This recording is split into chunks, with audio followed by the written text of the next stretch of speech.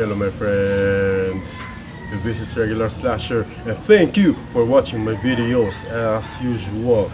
Yeah. As you can see a while ago, this blade is not only beautiful but also functional, and I really appreciate, though, you know, as people say, simplicity is beauty, and that's what I like about this one. Yeah. Enough about that. So in this clip, let me discuss to you one important thing. This is another basic, but this seems to be a neglected one, so I'm going to share to you in the next few moments. So step back and relax, man. I've actually changed my location into my front yard so that, you know, one location only. It's pretty much boring and uninteresting. So here goes. Come on, look at that. Another blade that I got is what I call, you know, this is a cheap one. I have put this through significant abuse already for the past few years now, and it's still here. It's pretty much rusted already, but yes, I know for all of the blades enthusiasts out there, we all need to take good care of our stuff.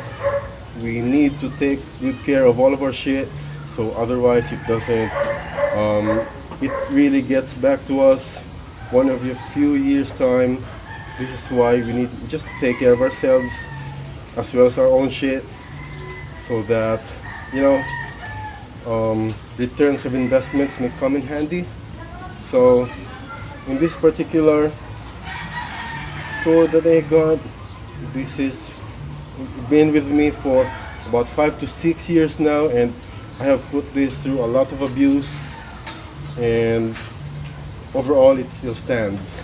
What's good about this is the handguard. As you can see, it looks like a tiger. It's actually made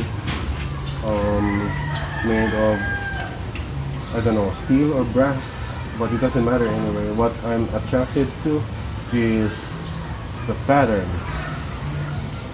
So it was actually called a Tora blade, Japanese for tiger, and it actually looks like a tiger's face. Even if I've had to lose the blade itself for some reason, I may have to keep this handguard, this tuba, because of the peculiar shape. I think it has been discontinued for a while, and I'm going to consider this as an art piece or an heirloom, possibly, to those who are interested. But enough of that. So let me go with the meat of the video in a few moments, so please wait up. Okay. Yeah, I hope that you can still hear me out there, for my sound system right now is not really that great, but I work with what I have.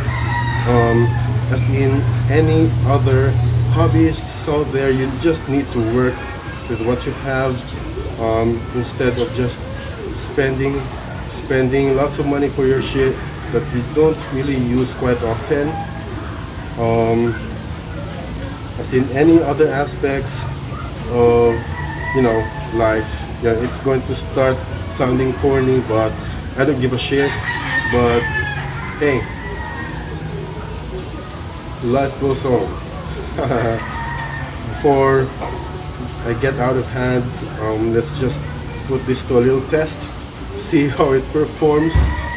Like bread and butter, sorry, not bread and butter, but a hot knife through butter. This water bottle right here is quite stubborn, but you know what? Not for me. Yeah. At this segment, as much as I do not want to mansplain the basics, don't worry, because I am not the type that wants to mansplain just about anything. But when it comes right down to it, when raising the blade like this, I hope you can see it in the camera. So let me take a step back and raising this, and just before actually putting it down. So some people that I see on the internet have the tendency to do this chamber. Although, let me sit down so that you can see more. I see common mistakes that people make when doing this, when actually striking down, is that when the sword is already raised, so this is supposed to be the maximum point or the peak, so to speak, but the mistake is that from this peak, people still chamber like this before putting that strike over there. So let me repeat that. When you already raise this one up to the peak, you are already supposed to stop from there and do this, but instead the people, most of them anyways, they try to see that they still try to chamber it further before actually striking it. Not only is it ineffective, but you are trying to use unnecessary effort. So in order to remedy that, might as well consider this as your peak already, and you need to stop going further back because it's a mistake. Try to consider this as your maximum point before actually striking. Alright, so let me demonstrate for you once. Up, down.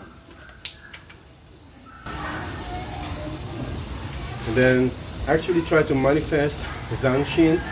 Oh, what's interesting is a bottle cap.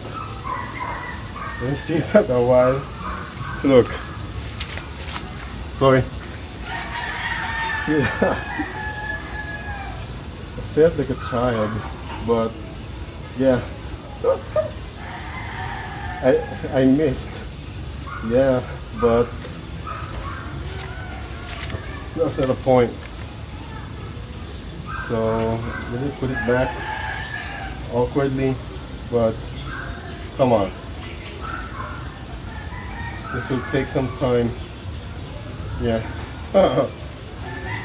Here it goes. It's really hard to put it back. The bottle. There. Yeah. Okay, anyways, back to the main topic. I think I may have to sit in a zoned position so that you can see temporarily what's going on. My point in this clip is that instead of, you're already in the peak, right? So instead of chambering before doing actually doing the down strike, what I need you to do is to actually consider this as peak, and then bend no further, and then make the actual strike. So that's what you want to do, because otherwise, as I've mentioned, you have just created an unnecessary effort, and your momentum gets broken, and your overall technique is wasted. And instead, just like a rubber band, right? When you see the max point, you can no longer stretch that rubber band further. So similar to this, all right? No matter, regardless of the speed of that thing, I just need you to consider this. I can't repeat this enough actually, but before that, okay, let me demonstrate. Yep.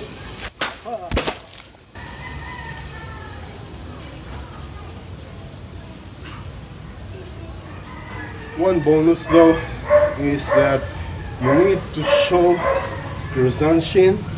What's zanshin anyway? So I'm going to explain that in another clip perhaps. But when you're trying to show that, you don't blink, you don't move right away. You just need to stop for a little while, like so,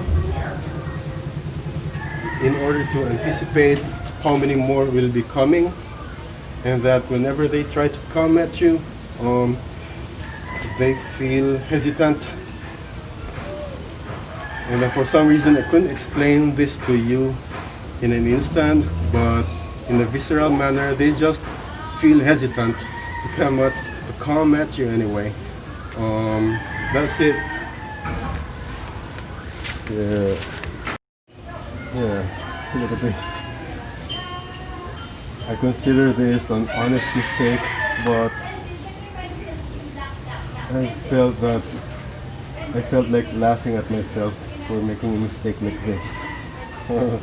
But nonetheless, the sword had cut through this bottle cap in this soda bottle, which actually, by the way, in experience wise, this is the most stubborn bottle that I've ever cut.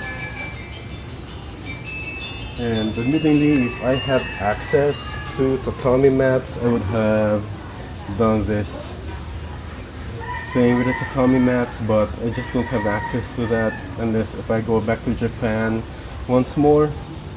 Look at that. Yeah.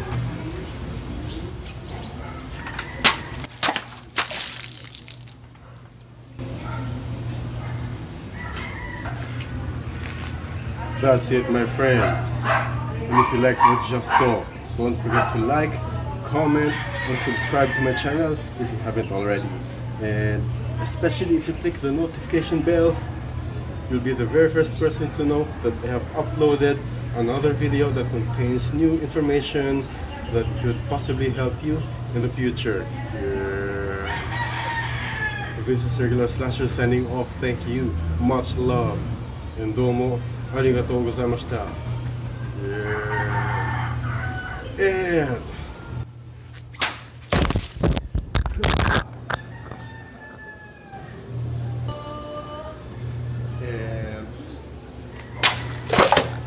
cut.